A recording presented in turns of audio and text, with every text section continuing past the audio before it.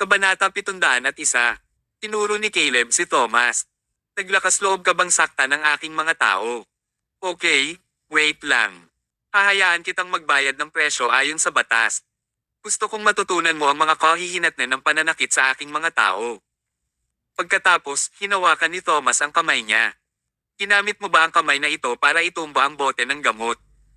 Nang makita ni Caleb ang galit na mukha ni Thomas, napagtanto niyang may mali. Gusto niyang kumawala sa pagkakahawak ni Thomas, ngunit na-realize niyang hindi niya kaya. Siya ay mahina at walang kakayahan. Paano siya nakaalis sa pagkakahawak ni Thomas? Titawan mo ako. Titawan mo ako ngayon, naririnig mo ba? Ikaw, bakit ka nakatayo lang dyan? Pilasan mo na siyang patayin ngayon. Natakot talaga si Caleb. Mabilis niyang hinayaan ang kanyang mga tauhan na tumulong, ngunit bago sila lumakad palapit sa kanya, mas naglagay si Thomas ng lakas para igalaw ang kanyang pulso. Click! Ang tunog ng pagkabali ng buto ay malinaw na narinig ng lahat. Nabali ang braso ni Caleb. Erg! Tigaw ni Caleb na parang baboy na kinakatay. Sa una ay mahina siya at walang kakayahan. Natatakot siya lalo na sa sakit. Ngayon, ang braso niya ay nabalian ni Thomas, kaya ramdam niya ang sakit. Nang makita ng lahat ang sitwasyon, natigilan sila. Tinaktan ni Thomas ang mga tao sa publiko. Gaano siya ka-arrogant. Agad na lumapit ang alipin ni Caleb para buhatin si Caleb at para hindi na siya masugitan pa. Tinuro ni Warren si Thomas. How dare you? Itinuro ni Thomas ang huling 2 kabaong. Ang huling 2 kabaong ay inihanda para sa iyo at kay Caleb, ngunit huwag kang mag-alala, hindi ko kaagad hahayaang mahiga ka rito. Makalipas ang 6 na araw, libing na ni Uncle Ben. Sa araw na iyon, dadalhin ko kayong dalawa ng 2 kabaong para aliwin ang kaluluwa ni Tio Ben sa langit. Parang mayabang siya. Hindi nakatiis na pakinggan ito ni Mrs. Parkinson. Galit siyang naglakad pasulong. Anak, huwag kang maging magalang sa kanya. Patayin mo na lang ang jerk na ito, at ito ang pinakamagandang regalo sa kaarawan ko, para sa akin. Susuwayin kaya ni Warren kung sinabi na iyon ng kanyang ina. Galit na si Warren. Matapos pukawin ng kanyang ina ang kaguluhan, agad na naging matindi ang kapaligiran. Pinalakpakan ni Warren ang kanyang mga kamay, at isang malaking grupo ng mga subordinate ang sumulong. Ang grupong ito ng mga tao ay nagtrabaho para kay Warren, at kadalasan ay nakatuon sila sa pakikitungo sa mga masuweng may-ari ng bahay. Tinanggap sila ni Warren upang sila ang maging mandirigma para sa kanyang pamamahala sa real estate. Bawat tao na dumating para manggulo sa negosyo o sumuwi kay Warren sa pamamagitan ng pribadong pagsasaayos ng kanilang sariling mga bahay ay matuturuan ng leksyon ng mga taong ito. Sa paglipas ng panahon, ang mga taong ito ay naging napakasama at wala silang pakialam sa iba. Pero nagkamali sila. Ang mga taong ito ay kadalasang nambubuli sa mga mabait at hindi nakakapinsalang may-ari. Ngunit nang talagang nakipag-away sila sa hukbo ni Thomas, hindi sila sapat. Mabangis na sinabi ni Warren, Thomas Mayo, noong una ay gusto kong makipaglaro sa iyo. Inisip kong alagaan muna ang mga tao sa paligid mo at pahirapan ka sa sakit bago ka mamatay. Okay, since you took the initiative to sacrifice your life, don't blame me for being rude. Ang araw na ito sa susunod na taon ay ang anibersaryo ng iyong kamatayan. Pupunta ka ngayon sa impyerno at makipagkita sa matanda, basura. Binasiwas ni Warren ang kanyang kamay, at ang lahat ng kanyang mga alipors ay nagtaas ng mga kutsilyo, baseball stick, at punyal habang nagmamadaling pasulong. Hindi maiiwasan ang isang matinding labanan. Kung ang mga normal na tao ay nakatagpo ng ganitong uri ng sitwasyon, sila ay matatakot. Ngunit para sa Diyos ng digmaan, ito ay isang piraso lamang ng cake. Tumayo siya ng tuwid at tinitigin niya si Warren. Walang pakialam niyang sinabi, wala pang makakakuha sa buhay ko. Kabanata 702. Umalaklak si Warren. Tigilan mo na ang pagmamayabang. Tumingin ng mabuti sa paligid. 2 ulit ang bilang ng tao kaysa sa iyo. Paano mo ako lalabanan? Magiging kapaki-pakinabang ba ito sa mas maraming tao? Gaano man karami ang mga langgam, maaaring sirain ng isang elepante ang isang malaking halaga sa kanila sa isang hakbang lang. Isang malaking grupo ng mga tao ang sumugod, ngunit wala ni isa sa kanila ang gumawa ng anuman dahil sila ay nasaktan ng matindi ng mga taong dinala ni Thomas na parang naghihiwa ng gulay. Ang kanilang pagkakaiba ay parang isang sanggol na nakikipaglaban sa isang profesional na manlalaro ng boxing. Ang bawat isa sa kanila ay hinahawakan ng mga suntok at sipa. Wala pang 2 minuto, ilang dosenang mga alipors ang nakahiga sa lupa. Nahulog sila sa lupa at nagkalat ang mga pagkain sa paligid. Nang makita ito ng staff ng Glory Real Estate, lahat sila ay nagtago sa hotel sa takot at wala ni isa sa kanila ang nangahas na tumayo. Natigilan din si Mrs. Parkinson. Noong bata pa siya, umasa siya sa asawa. Sa kanyang pagtanda, umasa siya sa kanyang anak. Kaya naman, sanay na siya sa pagiging masungit. Ito ang unang pagkakataon na binubuli siya ng ibang tao. Pagkatapos nilang ipagtanggol, talagang binubugbog na naman sila. Ito ay miserable. Nanginginig ang mga kamay ni Mrs. Parkinson at hindi siya komportable. Nakaramdam din ng awkwardness si Warren. Sa simula ay puno siya ng kumpiyansa tungkol sa pagpapabagsak kay Thomas ng mas marami siyang tao. Ngunit ang grupo ng basura na kanyang inupahan ay hindi nagtataglay ng anumang pagiging epektibo sa labanan. Nagagawa nilang i-bully ang mga normal na tao, pero grabe sila kapag nasangkot talaga sila sa away. Ano ba? Tumayo ka na. Napakaraming pera ang ginugol ko para kunin ka, ngunit binaygo mo lang ako sa kritikal na oras na ito. Basura. Wala rin sa maayos na kondisyon ng mga aliping iyon. Ang ilan ay nabali ang kanilang mga kamay, habang ang ilan ay nabali ang kanilang mga binti. Lahat sila ay naging may kapansanan. Paano pa sila makakatayo? Dahan-dahang naglakad si Thomas. Takot na takot si Warren. Paatras siya ng hakbang at hindi sinasadyang nataman niya ang isang upuan at napaupo. Lumapit sa kanya si Thomas. Ano? Anong gusto mong gawin? Let me tell you, I'm the chairman of Glory Real Estate at marami akong koneksyon. Kung maglakas loob kang gawin sa akin, sisiguraduhin kung mamamatay ka at ang pamilya mo. Sa oras na ito, tila wala na siyang ibang solusyon kung hindi ang pagsasalita ng mabangis. Hindi siya maaaring umasa sa sino man sa kanyang mga nasasakupan. Malamig na tinitigan siya ni Thomas habang inabot niya ang kamay niya sa balikat niya. Sa sobrang takot ni Warren ay naiihi pa siya. Personal niyang nakita kung paano binali ni Thomas ang mga braso ni Caleb ngayon. Sa oras na ito, ipinatong ni Thomas ang kanyang kamay sa balikat ni Warren. Parang mababali ang braso niya. Gayunpaman, si Thomas ay hindi kumilos ng marahas. Tinapik lang niya ng 3 beses ang balikat ni Warren. Magtiwala ka, tinutupad ko ang pangako ko. Tinabi kong hindi kita papatayin ngayon at hindi talaga kita papatayin. Pahalagahan mo ang iyong oras habang nabubuhay ka. Pagkalipas ng 6 na araw, kailangan mong humingi ng tawad kay Tio Ben sa impyerno. Bagamat mahina ang boses niyang sinabi, mas mabigat pa ito sa isang round shot nang marinig iyon ni Warren. 6 na araw. May 6 na araw pa ba siyang mabubuhay? Hindi pa rin siya naniniwala sa kakayahan ni Thomas mula kanina, kaya naisip niya noong una na nambobola lang si Thomas at mayabang. Ngunit pagkatapos ng laban na ito, kitang-kita niya kung gaano kahusay si Thomas. Hulaan niya na mayroon siyang 6 na araw upang mabuhay. Tinitigan ni Thomas ang mga putol na kamay at paa sa lupa. Hindi siya umimik bago siya tumalikod at dinala ang iba na lumabas ng hotel. Nang makalayo si Thomas at ang kanyang mga tao, sa wakas ay nakahinga ng maluwag si Warren. Kabanata 703. Nagpakawala siya ng mahabang buntong hininga, tinapik ang kanyang dibdib, at sinabing, Thomas, medyo may kakayahan ka, pero ano ngayon? Sa tingin mo ba ito lang ang kaya kong gawin? Hayaan mong sabihin ko sa iyo, kung hindi mo ako papatayin ngayon, ikaw ang mamamatay sa susunod na pagkikita natin. Sa labas ng hotel, dinala ni Thomas ang kanyang mga tauhan.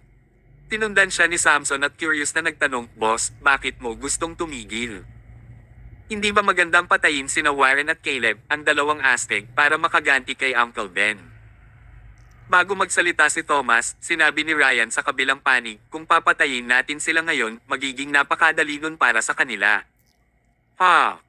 Ayon sa isang scientific research, kapag ang mga bilanggo ng death row ay pinatay, hindi marami sa kanila ang talagang matatakot. Sa halip, labis nilang tinatangkilik ito. Iniisip nila na sa wakas ay malaya na sila, at ang tunay na nagpapahirap sa kanila ay ang panahon na naghihintay sila ng hatol ng kamatayan. Tumanggo si Samson. Nakuha ko na. Sa pagkakataong ito ay lumapit si Boss para bigyan ang mga jerks ng hatol ng kamatayan, ngunit hindi siya nagmamadaling ipatupad ito. Ito ay maaaring magpahirap sa kanila bago sila patayin para maaliw natin ang kaluluwa ni Uncle Ben sa pinakamataas na antas. Tama iyan. Patuloy na sinabi ni Ryan, at saka, sa tingin ko, hindi masunurin na maghihintay sina Warren at Caleb na mamatay. Tiyak na gagamit sila ng lahat ng uri ng pamamaraan para makitungo sa atin. Ang gusto nating gawin ay talunin ang lahat ng kanilang pagtutol. Kung mas lumalaban sila, mas malupit natin silang susupilan. Pipigilan natin sila hanggang sa makaramdam sila ng pag-asa. Ipapaalam natin sa kanila na walang kabuluhan ang kanilang pagtutol. Maliban sa mamatay, wala silang ibang pagpipilian. Ito ang naisip ni Thomas. Sa tabi ni Ryan, mas kaunting alalahanin si Thomas. Hindi niya kailangang personal gumawa ng anumang bagay dahil maaaring ayusin ni Ryan ang lahat ng maaga. Ito ang kulang kay Samson. Si Ryan ay may katalinuhan at si Samson ay may lakas. Ang isa ay magaling sa mga ideya, habang ang isa naman ay magaling sa martial arts. Nang tulungan ng 2 taong ito si Thomas, hindi niya kailangang matakot sa sinumang kaaway. Lalo na kung ito lamang ay isang hindi gaanong mahalagang boss ng real estate, si Warren Parkinson. Pagkaalis ni Thomas sa hotel, ipinasa niya ang mga natitirang gamit kina Ryan at Samson para hawakan ito. Bumalik siya sa bahay. Pagkaalis niya, tiyak na nag-alala si Emma. Nang bumalik si Thomas sa bahay, napagtanto niya na balisang lumilibot si Emma sa loob ng bahay. Mahal. Nang makita ni Emma na nakabalik na si Thomas, sinugod niya ito. Hindi ka na bumalik kagabi. Tinakat mo ako. Ayos ka lang ba? Inaplos ni Thomas ang pisngi ni Emma habang bumubulong, may mga bagay lang akong inaasikaso tungkol sa libing. Okay lang ako, huwag mo akong alalahanin. Paano ako hindi mag-aalala? Natatakot ako na baka may gawin kang mali pagkatapos ng labis na kalungkutan. Huminto sandali si Emma bago niya ipagpatuloy ang pagsasabing, gusto kong sabihin sa iyo ang ilang balita na hindi masyadong maganda. Ang lugar ng pagpaplano ng sementeryo na muling itinayo mula sa Villa Zone ay natapos na. Ngayon, maaari mong ilipat ang iyong kapatid, ang mga abo ni Scott sa loob. At saka, pupunta tayo at kakausapin si Lolo sa hapon para makipaglaban para sa isang lugar para kay Tio Ben. Ililibing namin ang mga abo ni na Uncle Ben at Scott ng magkasama, at hayaan silang samahan ng isa't isa. Ano sa tingin mo? Ito ay isang magandang ideya. Sa katunayan, kung maibabaon ni Thomas ang mga abo ni na Ben at Scott ng magkasama, ito ay isang bagay na masaya para sa kanilang dalawa. Pero, papayag kaya si Richard? Hindi siya papayag. Labis na kinasusuklaman ni Richard sina Thomas at Emma, at sila ay nasa isang pagtatalo dahil sa iba't ibang mga naunang insidente. Ang mga karapatan ni Emma ay inalis, at sa pangkalahatan ay wala siyang karapatang pangasiwaan ng anuman rito. Kung pupuntahan niya si Richard sa ganitong sitwasyon, siguradong tatanggihan siya nito. Huminga ng malalim si Thomas. Kahit na ano, ang bagay na ito ay kailangang ayusin. Kinailangan niyang ilibing sina Ben at Scott ng magkasama pati na rin ang kanilang mga libingan upang manatili sa tabi ng isa't isa. Hindi siya maabala na magbayad ng anumang presyo para dito. Kabanata 704. Hill Manufacturing Company, gusali ng opisina. Umupo si Richard sa office chair niya. Nakaupo sina Harvard at Jade sa sofa sa kanyang kaliwang bahagi, habang si Thomas at Emma ay nakatayo sa harapan nila. Ang magkabilang panig ay hindi nagustuhan ng isa't isa, at naisip nila na hindi na lang magkaroon ng anumang pakikipag-ugnayan. Ngunit, dahil sa zone ng pagpaplano ng sementeryo, muli silang nagtipon sa parehong opisina. Matapos marinig ang kahilingan ni Emma, nadama ni Richard ang paghamak. Kung ang ibang tao ang nag-uulat ng issue, maaari siyang agad na sumang-ayon dito, ngunit imposible kapag si Thomas iyon. Ilang beses na ba siyang naloko ni Thomas? Hindi siya naghiganti, gayunpaman ay matapang na si Thomas na humiling ng mga karapatang gamitin ang isang lugar ng libingan. Haha, niloloko ba nila siya? Kung talagang ibinigay ito ni Richard kay Thomas, makakaraos pa kaya siya sa business world. Alam din ni Emma ang iniisip ni Richard, kaya nagsalita muna siya. Lolo, alam kong hindi ka masyadong masaya kay Thomas dati, pero nauuna ang mga yumao. Ang pagkamatay ni Uncle Ben ay isang malaking dagok kay Thomas. Sana ay makapagpakita ka ng kaunting awa at matupad ang hiling ni Thomas. Mas mabuting kaibiganin ang mga tao kaysa magkaroon ng mas maraming kaaway. Kahit anong mangyari, si Thomas pa rin ang iyong apo. Hindi ba magandang kunin ang pagkakataong ito at ayusin ang iyong relasyon sa kanya? It sounds right, pero iba kung nakinig si Richard sa kanya. Bago nagsalita si Richard, si Harvard ang unang nagsabi, Emma, ano bang sinasabi mo? Kung talagang lumapit ka para humingi ng tawad, bakit ka lumalapit ng walang dala? Malinaw na wala kang sinseridad. Dagdag ni Jade. Yeah, take a step back. It's not up to decide for the area. Lion ay nasa Urban Construction Bureau. Pareho kayong pumupunta sa opisina at nanggugulo kay Lolo. Ano ba talaga ang intensyon mo? Maliwanag, wala silang planong tulungan si Thomas. Medyo nagdilim ang ekspresyon ni Emma. Alam niya na ang karapatang gamitin ay pinamamahalaan ng Urban Construction Bureau. Ang karapatang gamitin ng lugar ng pagpaplano ng sementeryo ay naipasa sa Hill Manufacturing Company. Kailangan lang nilang ipaalam sa superior kung kanino nila ito gustong ibigay. Kaya naman, basta tumanggo lang si Richard, walang magiging problema. Gayunpaman, kung hindi mag-oo si Richard, magkakaroon ng malaking problema. Muling pagmamakaawa ni Emma. Lolo, kahit mali si Thomas, humihingi ako ng tawad sa iyo sa ngalan niya. Please help us this time. Ang kanyang saloobin ay sapat na mapagpakumbaba. Samantala, nakaramdam ng pagkadurog si Thomas. Pawang-awa siya sa babae na ibaba ang dignidad nito para makiusap ng ganito kay Richard. Ang nakakatuwa pa ay walang silbi ang Ma'am Alamos. Napangisi si Richard. Tinitigan niya si Thomas na may multo ng ngiti at malamig niyang sinabi, Thomas, hindi naman sa hindi kita tinutulungan. Ito ay tulad ng sinabi ni Jade. Ang karapatang gumamit ay pagmamayari ng Urban Construction Bureau. Hindi ito ang desisyon ko. Mabilis na sinabi ni Emma, Lolo, tulungan mo kaming makipag-usap sa Urban Construction Bureau. Maaari mo lang itaas ang anumang kahilingan na gusto mo. Okay lang para sa pera o kahit ano. Pera. Hindi ito tungkol sa pera. Nag-isip sandali si Richard bago itong umisi at sinabing, You're willing to do anything, right? Gawin natin ito sa ganitong paraan. Thomas, lumuhod ka at humingi ng tawad sa akin. Pipilitin ko ang mga nakatataas sa Urban Construction Bureau at tingnan kung mabibigyan kita ng karapatang gumamit ng espasyo. Bagamat sinabi iyon ni Richard, wala naman talaga siyang planong tulungan si Thomas. Gusto lang niyang makitang lumuhad si Thomas at humingi ng tawad. Hindi siya tumulong kahit na humingi ng tawad si Thomas. Napaka-experience ni Thomas. Paanong hindi niya ito malalaman? Bukod dito, ang dignidad ng isang tao ay napakahalaga. Paano naging posible na lumuhad siya kay Richard? Matapos marinig ang kahilingang ito, tumawa sina Harvard at Jade. Sa wakas ay nagkaroon sila ng pagkakataon na makitang napahiya si Thomas. Sila ay pinigilan ni Thomas at ito ang unang pagkakataon para sa kanila na supilan si Thomas. Ito ay tiyak na masaya. Bakit? Ayaw mo bang lumuhad? Nagtanong, hindi pala kaibigan si Richard. Tinabi mo na ang taong namatay ay ang pinakamatanda na iginagalang mo. Bakit? Hindi ka ba handang lumuhad at humingi ng tawad para sa iyong tiyo Ben?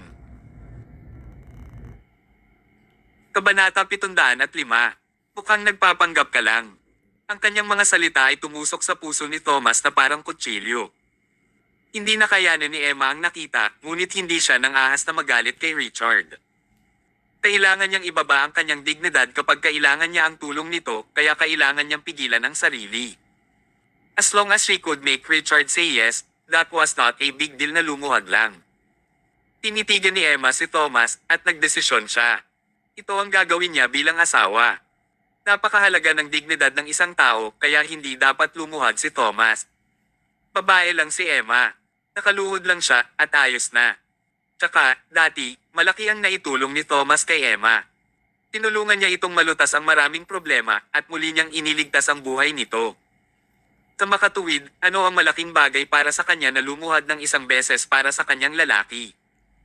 Tinitigan ni Emma si Richard at seryoso niyang sinabi, Lolo, hayaan mo akong lumuhad at humingi ng tawad para kay Thomas. Sana matupad mo ang iyong pangako. Pagkatapos kong humingi ng tawad, mangyaring bigyan kami ng karapatang gumamit ng libingan. Gaya ng sinabi ni Emma, handa siyang lumuhad at humingi ng tawad. Nagliwanag ang mga mata ni na Richard, Harvard, at Jade, at mukhang inaabangan nila ito. Nakakainis na hindi nila makitang lumuhad si Thomas, ngunit ganoon din kagalakan na makitang lumuhad si Emma. At saka, kung lumuhad si Emma, siguradong magdudugo ang puso ni Thomas. Magiging suntok din ito kay Thomas. Napakasarap pumatay ng 2 ibon gamit ang isang bato. Nang makita ni Thomas na luluhod si Emma, hinawakan niya ang kamay ni Emma, tinulungan siyang tumayo at hindi siya pinayagang lumuhod. Tom! Naluluha ang mga mata ni Emma habang nakatitig kay Thomas. Alam niyang hindi kakayanin ni Thomas na makita siyang naagrabyado. Ngunit, sa oras na ito, hindi mahalaga ang pagdurusa ng ilang karaingan. Tom, hayaan mo akong lumuhod. Magiging maayos ito pagkatapos kong humingi ng tawad. Hindi nito puputulan ang aking katawan. Ayos lang. Inaplos ni Richard ang kanyang balbas at sarkastikong sinabi, Thomas, wala kang lakas ng loob na lumuhod at pinipigilan mo ang iyong asawa na lumuhod. Basura ka talaga. Sa totoo lang, wala akong pakialam kung lumuhod ka o hindi. Pinibigyan kita ng 1 minuto. Kung hindi ka luluhod, lumabas ka na lang sa kwarto ko. Ayaw ko nang makakuha ng anumang mga karapatan. Iingatan ko rin ang lugar ni Scott. Siya ay lubos na walang hiya. Para ipaghiganti si Thomas, isinantibi ni Richard ang lahat ng pamantayan niya sa moral. Gusto niya talagang pilitin si Thomas na lumuhod. Lumuhod ka ngayon. Sa opisina, ang iba pang 3 tao ay nakatitig kina Thomas at Emma na parang mabangis na hayop at ang kanilang mga mata ay kumikislap sa kabangisan. Sa oras na ito, sa wakas ay nagsalita si Thomas. Ginoong Hill, tama ang sinabi mo. Ang karapatang gamitin ang lugar ng pagpaplano ng sementeryo ay hindi pag-aari mo. Ito ay kabilang sa Urban Construction Bureau. Kung gayon, bakit ako magmamakaawa sa iyo? Humisi si Richard. Lihim niyang hinamak si Thomas. Itong hanggal na basura. Ang Urban Construction Bureau ay nagbigay sa akin ng karapatang gamitin ito matagal na ang nakalipas. Anong alam mo? Inilahad niya ang kanyang kamay at sinabing, sige, hanapin mo na lang ang Urban Construction Bureau. Labas. Medyo awkward ang atmosphere. Patuloy na mahinahong sinabi ni Thomas, hindi natin kailangang umalis. May darating na taga-Urban Construction Bureau mamaya. Hindi lang nila ako bibigyan ng isa pang karapatan, kundi babawiin pa nila ang mga karapatan sa pamamahagi mo mula sa Hill Manufacturing Company. Kabanata 706. Tila narinig ni Richard ang pinaka-nakakatawang biro sa mundo. Ipinatong niya ang isang kamay sa mesa at tumawa ng malakas na hindi niya maisara ang bibig. Hoy, hindi naman ako nagkamali ng narinig, di ba? Ano ang sinabi mo? Sabihin mo ng mas malakas. Hindi kita narinig. Sa tingin mo ba ikaw ay Diyos at magagawa mo ang anumang gusto mo? Ang mga karapatan sa pamamahagi ay ibinigay sa akin ng Urban Construction Bureau. Sino ka ba para bawiin ang aking mga karapatan sa shares? Haha, baliw ka ba? Nagtawa na naman sina Harvard at Jade. Bagamat paulit-ulit silang pinahiya ni Thomas, hindi nila iyon naisip. Sa kanilang opinyon, imposibleng bawiin ni Thomas ang kanilang mga karapatan sa pamamahagi. Sino ba talaga si Thomas? Paano niya babawiin ang kanilang mga karapatan sa pamamahagi? Kung babawiin ang karapatan, kailangang ang Urban Construction Bureau ang bumawi nito. Pagkatapos lang na mabaliw si Thomas ay sinabi niya ang mga katawa-tawang bagay na tulad nito. Napatulala rin si Emma. Hindi rin niya alam na may sasabihin si Thomas na napakawalang kwenta. Ibang-iba ito sa karaniwang estilo ni Thomas. Nakakatuwa ito. Marahil ay labis siyang nasaktan sa pagkamatay ni Ben, kaya naging ganoon siya. Walang sino man sa mga tao sa opisina ang naniwala sa sinabi ni Thomas. Ngunit habang si Richard at ang kanyang 2 apo ay tumatawa ng husto. Pumasok ang kanyang sekretarya at sinabi nito sa nagmamadaling tono, Mr. Hill, bumisita si Mr. Fitz mula sa Urban Construction Bureau. Mr. Fitz. Nang marinig ni Richard ang pangalan ay unti-unting tumigas ang kanyang ngiti. Masama ang pakiramdam niya. Nangyari ito ng maraming beses. Sa tuwing naiisip niyang nagsisinungaling si Thomas, walang awa siyang mapapahiya. Bago siya mapahiya, magugulo siya. Pinag-uusapan nila ang Urban Construction Bureau at dumating ang mga kawani mula sa Urban Construction Bureau. Paano ito nagkataon? Medyo creepy ito nang maisip ito ni Richard.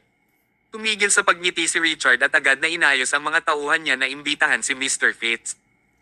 Ang mga tauhan ng Urban Construction Bureau ay dumating ng wala pang 5 minuto. Si Mr. Fitz ay nagdala ng 2 subordinate sa opisina at siya ay mukhang napakaseryoso. Mukhang hindi siya nandito para makipag-usap. Medyo natarante si Richard. Sumili ang isang matingkad na ngiti at sinabing, Mr. Fitz, ano ang nagdadala sa iyo sa aking lugar? Bihirang bisita ka talaga. Maupo ka muna. Itinaway ni Mr. Fitz ang kanyang kamay. Hindi na kailangan. Dumating lang ako para magsabi ng ilang salita at umalis. O sige. Ginoong Hill, gusto ng aming Urban Construction Bureau na bawiin ang mga karapatan sa shares para sa lugar ng pagpaplano ng sementeryo. Ang isang simpleng pangungusap ay binigyan ng tensyon ang kapaligiran sa opisina. Nagulat si Richard. Nangyari na ang kinatatakutan niya. Kinukutya niya si Thomas sa pang-bluff pero tama talaga ang hula ni Thomas. Ang mga karapatan sa pamamahagi ay binawi ng Bureau. Kung hindi kilala ni Richard si Mr. Fitz, maghahinala pa siya kung ang lalaking ito ay pinaponte ni Thomas. Parang nahihiya si Richard. Dumilim ang mukha niya habang nagtatanong, "Teka, bakit mo ginagawa iyon?" "Mr. Fitz, kailangan mo akong bigyan ng dahilan, tama. Isinasagawa namin ng maayos ang shares. Bakit bigla mo nalang gustong bawiin?" May lihim bang nagsabi sa atin at na-bluff? Habang nagsasalita siya, sinadya niyang tumitig kay Thomas. Halatang sinusundan niya si Thomas. Walang pakialam na sinabi ni Ginoong Fitz, may espesyal na kaayusan ng Urban Construction Bureau sa lugar na ito sa pagpaplano ng sementeryo. Talagang hindi naaangkop na hayaan ng enterprise na ipamahagi ito, kaya nagpa siya ang aming bureau na bawiin ito. Mr. Hill, pasensya na. Mangyaring ibigay ang dokumento para sa pansamantalang mga karapatan ng shares. Hindi yun nakatulong sa lahat. Kinagat ni Richard ang kanyang mga ngipin. Lihim siyang nagmura ngunit hindi niya ito pinambihasang sabihin ng malakas. Si Ginoong Fitz ang opisyal at kinailangan niyang sumunod sa kanya kaya wala siyang masabi na mali. Pakiramdam niya ay wala siyang magawa. Kabanata 707. Iniling ni Richard sa kanyang mga tauhan na kunin ang mga dokumento at iniabot kay Mr. Fitz. Pagkatapos, pinanood niya ang pagbawi ni Mr. Fitz sa mga karapatan ng shares at dinala ang kanyang mga nasasakupan. Bago umalis si Mr. Fitz, walang nakapansin na palihim niyang sinulyapan si Thomas at nakahinga ng maluwag na parang takot na takot siya kay Thomas. Actually, noong nasa opisina si Mr. Fitz kanina ay hindi niya nilinggan si Thomas. Naiinis ba siyang makita si Thomas? Hindi siya naglakas loob na tumingin sa kanya. Pagkatapos lamang umalis ni Ginoong Fitz na sinabi ni Thomas, ang mga karapatan sa pamamahagi ay wala na sa iyo ngayon kaya hindi namin kailangang manatili dito. Palam. Hinawakan ni Thomas ang kamay ni Emma bago sila tumalikod at umalis. Maghintay ka, tinigilan siya ni Richard. Ano ito? Thomas, hindi ko maintindihan ito at hindi rin ako kumbinsido. Bakit nakinig sa iyo ang Urban Construction Bureau? Umalaklak si Thomas. Nagkamali ka. Hindi ako pinakinggan ng Urban Construction Bureau. Ayaw lang nilang makitang may mga taong naghihiganti sa pamamagitan ng pag-abuso sa kanilang kapangyarihan at ginamitin ang pag-aari ng gobyerno bilang kanilang personal na layunin. Pagkatapos magsalita ni Thomas, hinatid niya si Emma para umalis. Thomas. Walang awa na umupo si Richard sa upuan at sa sobrang galit niya ay nakahinga siya ng maluwag. Natalo na naman siya kay Thomas. Nawala sa isip niya kung ilang beses siyang natalo. Kung tutusin, matatalo siya sa tuwing makakaharap niya si Thomas. Bakit kaya? Bakit palagi siyang natatalo sa isang makulat na apo? Hindi kumbinsido si Richard. Huminga siya ng malalim habang nakaupo sa upuan niya. Hindi niya mawari kung bakit palagi siyang natatalo sa ganoong basura. Hindi mapakali si Harvard. Kung tutusin, hindi ito ang unang beses na natalo siya at nakasanayan na niya ito. Ang pinakaiba ay si Jade. Tumingin siya kay Harvard bago niya sinulyapan si Richard. Paulit-ulit siyang nagalinlangan bago niya sinabing, "Lolo, masama talaga si Thomas. Sa tingin ko kailangan nating gumawa ng paraan para ayusin siya." Umadjejek si Harvard sa nakakalokong paraan. "No way, napag-isipan na namin dati yan. Isipin mo, marami na tayong naisip na paraan. Mayroon bang anumang paraan na gumagana? In the end, hindi namin niloko si Thomas, but we made ourselves exhausted." Sa wakas nakita ko ito ng malinaw. Si Thomas ang ating kalaban. Kaya, isave ang iyong enerhiya. Huwag subukang magdulot ng gulo. Masama bang mabuhay lang? Bakit mo patuloy na pinuproblema ang iyong sarili? Mukha siyang mahiyain, pero totoo naman talaga ang sinabi niya. Napanganga si Jade at sinabing, parang hindi talaga natin masusundan si Thomas kung ilan lang tayo. Baka maghanap na lang tayo ng katulong. Katulong? Sino? Ang iyong asawa, ang aking bayaw, si Donald Brick ay hindi masyadong kaya, tama ba? Hindi, Ibang tao ito. Siguradong may makakapag-ayos kay Thomas. Sabay na naging interesado sina Richard at Harvard. Mayroon bang isang taong napakahusay sa mundo? Sino kaya ito? Maingat na sinabi ni Jade, ang aking kuya.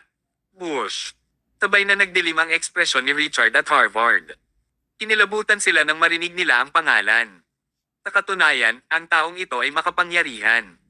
Kung pupuntahan siya ng mga ito, tiyak na maaayos niya si Thomas. Pero, nakakatakot din ang taong ito. Kung hahanapin nila siya, malaki ang posibilidad na magkakaayos din sila. Hindi pwede. Diretsong tinalikuran siya ni Richard. Lolo, wala na tayong choice. Makakatulong lang si kuya, giit ni Jade. Tumahimik ka. Kung maglakas loob kang magsabi ng isa pang bagay, lumabas ka na sa opisina ko. Ang kanyang mga salita ay napakabangis. Si Jade ay hindi nang ahas na magsalita muli, ngunit lihim pa rin niyang naisip na humingi ng tulong sa kanyang kuya. Kabanata 708. Ang pagtawag sa kanya ng tinatawag na Big Brother ay hindi paraan ng kanyang pagharap sa isang tao ng magalang. Iyon talaga ang panganay niyang kapatid.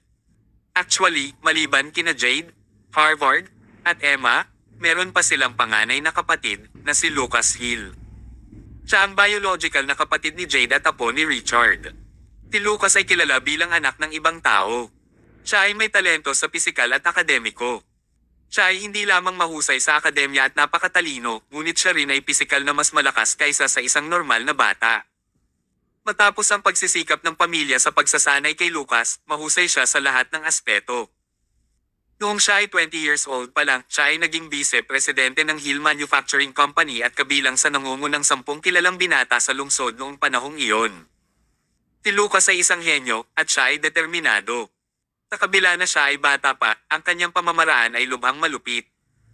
Maraming nakaranas na matatandang lalaki na ginugol ang kanilang buong buhay sa negosyo ang natalo niya. Naturally, si Lucas ay itinuturing na susunod na boss ng Hill Manufacturing Company, at siya ay lubos na itinatangi ni Richard. Parang tama ang lahat. Hanggang isang araw, nagbago ang magandang sitwasyon. Siya ay isang bata at malakas na tao, at ang kanyang puso ay mahirap na ganap na mapuno. Siya ay napakamakasarili, at hindi siya nag-abala sa sinuman. Siya ay ganap na mayabang. Mula sa kanyang pananaw, ang sukat ng Hill Manufacturing Company ay masyadong maliit, at ang pag-unlad ng pamilyang Hill ay hindi tama. Sa oras na iyon, patuloy niyang iginiit ang pamilya na maging makabago at magbago. Gayunpaman, hindi sumang-ayon si Richard na pinuno ng pamilya. Ang pamilya Hill ay nagtrabaho ng husto sa industriya sa loob ng ilang dosenang taon, at sila ay matatag na. Hindi naging madali para sa kanila na sa wakas ay maabot ang sukat na ito. Paano na lang sila magbabago? Gustuhin man nilang magbago ay kailangan nilang dahan-dahanin ito, at hindi man lang pumayag si Richard na magbago. Dahil dito, nagkaroon pa ng agresibong argumento si Richard kay Lucas sa harap ng lahat ng executive. Sa pagkakataong iyon, natapos na lamang ito ni Richard matapos niyang supilan si Lucas sa pagiging padre de pamilya. Ang ugat na dahilan ay itinanam na sa lupa sa panahong iyon. Simula noon, hindi na ibinalita ni Lucas ang pagbabago ng pamilya. Ginawa niya ang lahat ayon sa iniisip ni Richard, at nagkusa pa siyang humingi muna ng tawad. Tuwang-tuwa si Richard sa naging resulta. Akala niya alam ni Lucas na mali siya. Sa totoo lang, ginawa ito ni Lucas laban sa kalooban ni Richard. Humingi siya ng tawad sa labas, pero nagsimula siyang palihim na maglagay ng bitag habang dahan-dahan niyang ipinasok ang kanyang sariling manpower sa bawat antas ng kumpanya. Ginamit pa niya ang kanyang lola. Sa tulong ng kanyang lola, napalawak niya ang kanyang kapangyarihan. Dahan-dahan, ang Hill Manufacturing Company ay kontrolado na ni Lucas. Kung magpapatuloy ang sitwasyong ito, si Richard ay naging isang walang kapangyarihan na pinuno, at ang Hill Manufacturing Company ay malapit ng madami na ni Lucas. Gusto ni Lucas na magretiro ng maaga si Richard at hayaan ang sarili na pumalit sa ulo ng pamilya. Ngunit, naisip ni Emma ang sitwasyon. Tinabi niya kay Richard nang walang pag-aalinlangan tungkol sa pagbuo ni Lucas ng sarili niyang gang at ang intensyon nitong magrebelde. Sa simula, hindi naniwala si Richard at matinding pinagalitan si Emma. Pagkatapos, habang inisip niya ito, mas nalaman niyang may mali. Lihim niya itong inimbestigahan, at noong ginawa niya, darn it. Halos kalahati ng kanyang kumpanya ay nahulog sa kontrol ni Lucas. Hindi na napigilan ni Richard ang sarili kaya humarap siya kay Lucas sa harap ng lahat. Pagkatapos, ang mga bagay ay naging mas tensyonado. Nagpaligsahan ng party na pinamumunuan ni Richard at ang party na pinamumunuan ni Lucas. Si Richard ang pasok party at halos hindi niya masuportahan ang kanyang sarili na halos matalo siya. Gayunpaman, medyo maswerte rin siya. Maraming malalaking negosyo na may sama ng loob kay Lucas ang nagtulungan para tulungan si Richard na hawakan ang kanyang posisyon at alisin si Lucas. Kung si Lucas ay hindi kumilos ng mayabang at gumawa ng napakaraming mga kaaway, at wala pa siyang sapat na karanasan, nanatiling hindi alam kung sino ang mananalo sa huli. Nang maglaon, nakulong si Lucas sa kulungan ng 8 taon ng sunod-sunod, at hanggang ngayon ay nakalabas na siya. Sa tuwing naiisip ni Richard ang mga bagay na iyon, talagang natatakot siya. Ito ang panahon kung kailan siya ang pinakamalapit sa kamatayan. Nakakatuwa rin ang makipagkumpetensya sa kanyang apo. Ang insidente ay nagresulta sa pagkatalo ng dalawa. Nakulong si Lucas ng walang pag-aalinlangan. Kabanata 709. Hindi rin naging maganda ang buhay ni Richard. Namatay ang kanyang asawa sa bahay dahil sa galit dahil masyado siyang nalungkot sa bagay na iyon. Ang Hill Manufacturing Company ay dumanas din ng malaking pagkawala at ang pamilya ng Hill ay nahulog sa pangalawang klase mula sa unang klase. Noong una ay malakas ang pamilya Hill, ngunit mas maraming tao ang minamalas sila. Ang magiging tagapagmana ng pamilya Hill ay si Lucas, habang ang kasalukuyang tagapagmana ay si Harvard. Haha, iba na talaga ang standards nila ngayon. Laging nagtataka si Richard. Mali ba ang ginawa niya?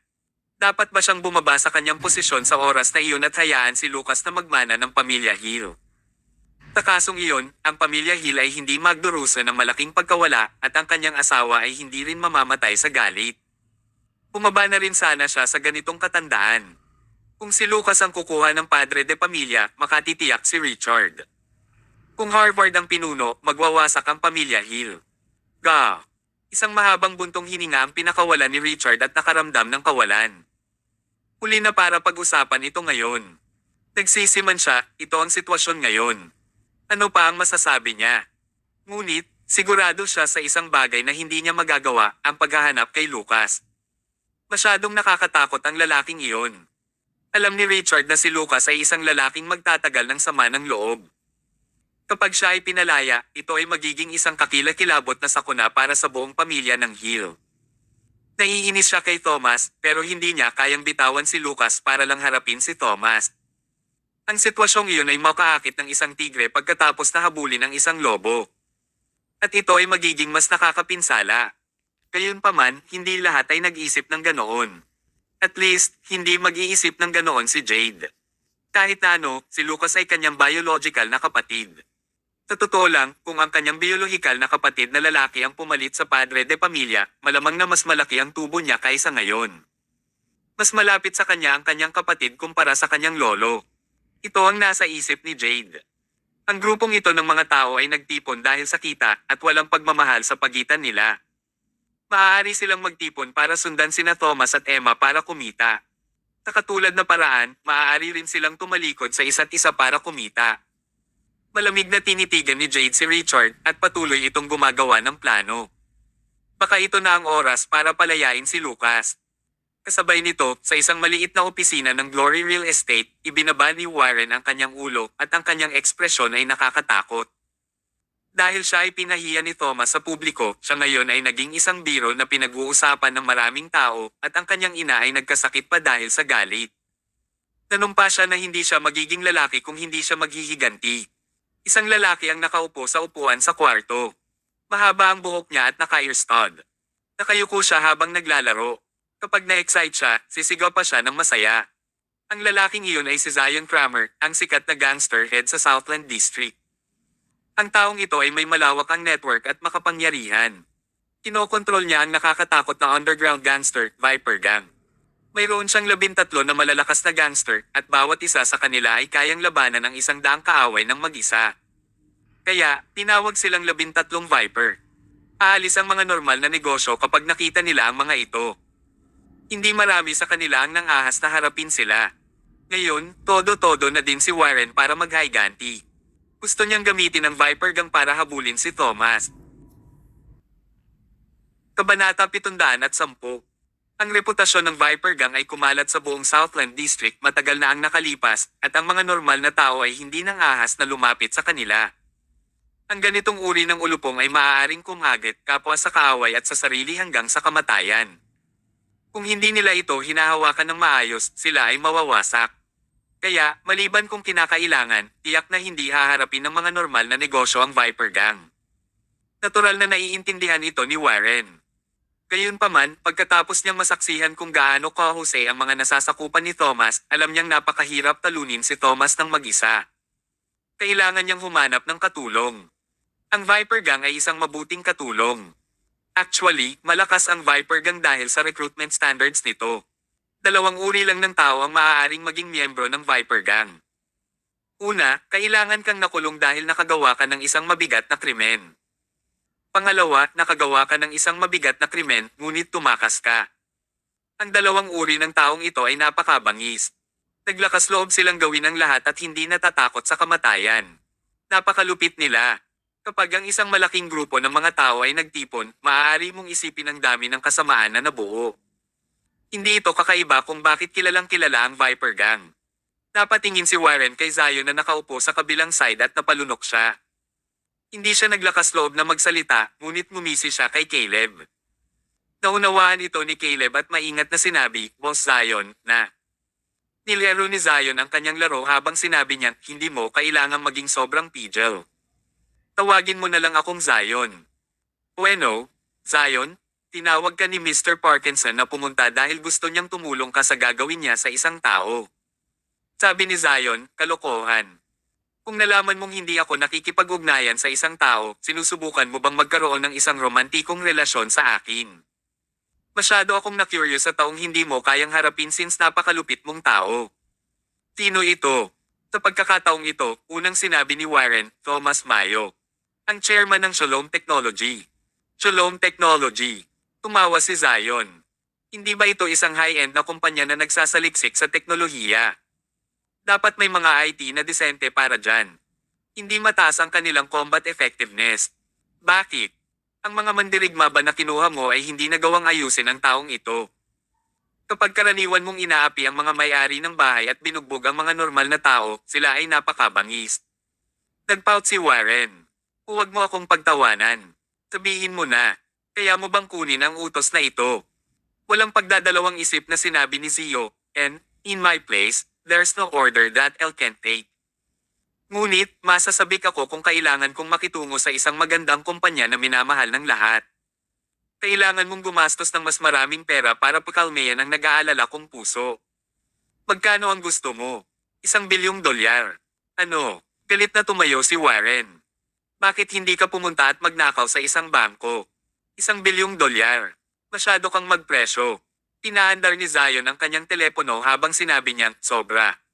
Hayaan akong maging diretso sa iyo, kung hindi mo ako babayaran ng $1 billion, makikipagtulungan ako sa Shalom Technology para sundan ka.